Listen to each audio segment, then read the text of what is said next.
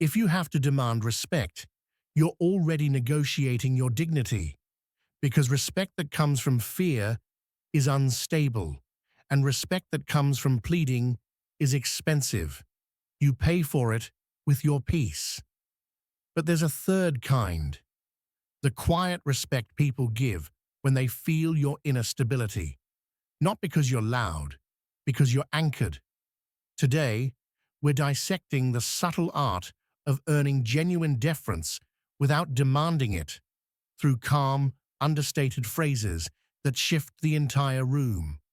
These lines aren't comebacks, they're verbal posture. They communicate, I'm clear, I'm steady, I'm not available for manipulation.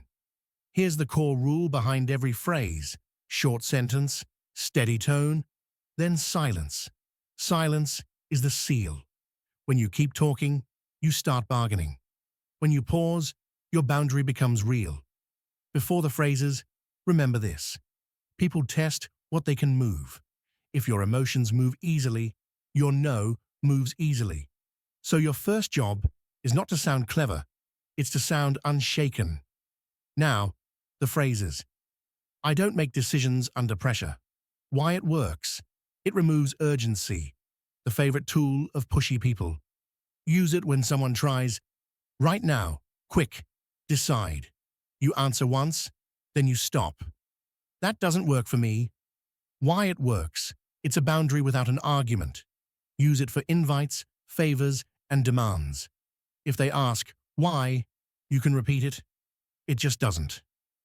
Let me think about it. Why it works. It buys time and protects you from impulse. Use it when you feel pulled into an instant yes. Time is control. I'll get back to you by tomorrow. Why it works. You keep authority while still being fair, structured, not rushed. I understand. My answer is still no. Why it works. You validate without surrendering. Use it when they repeat themselves, guilt you, or try to wear you down. Calm repetition is strength. Let's keep it respectful. Why it works. It names the standard, not the emotion. Use it the first moment the tone turns sharp, before disrespect becomes normal. Don't speak to me like that. Why it works. It's direct, clean, and specific. Say it quietly. No anger. If they escalate, you don't, because you already set the line. Let me finish. Why it works. It stops interruptions without a fight. Say it softly, keep speaking, and don't apologize for taking space.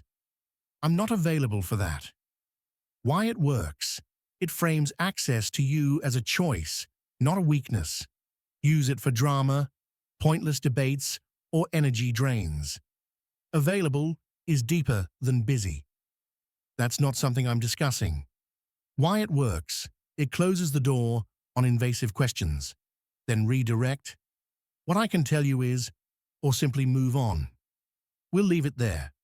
Why it works. You end the loop. Authority knows when to stop.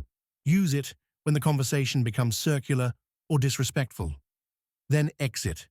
Send it in writing. Why it works. It turns chaos into clarity. Use it when someone is vague, slippery, or backtracking. Writing exposes games. Say that again. Why it works. Disrespect survives in speed and ambiguity. If someone slips in a jab, don't react. Make them repeat it. Calmly. Most people soften instantly. Here's what this looks like in real life. Someone throws a casual jab. You're too sensitive. Instead of defending, you look at them calmly and say that again. The room gets quiet. Suddenly they rephrase or apologize, not because you attacked them, but because you made the moment clear. Now, the hidden skill is delivery. These phrases fail when you decorate them with nervous laughter, long stories, or extra words.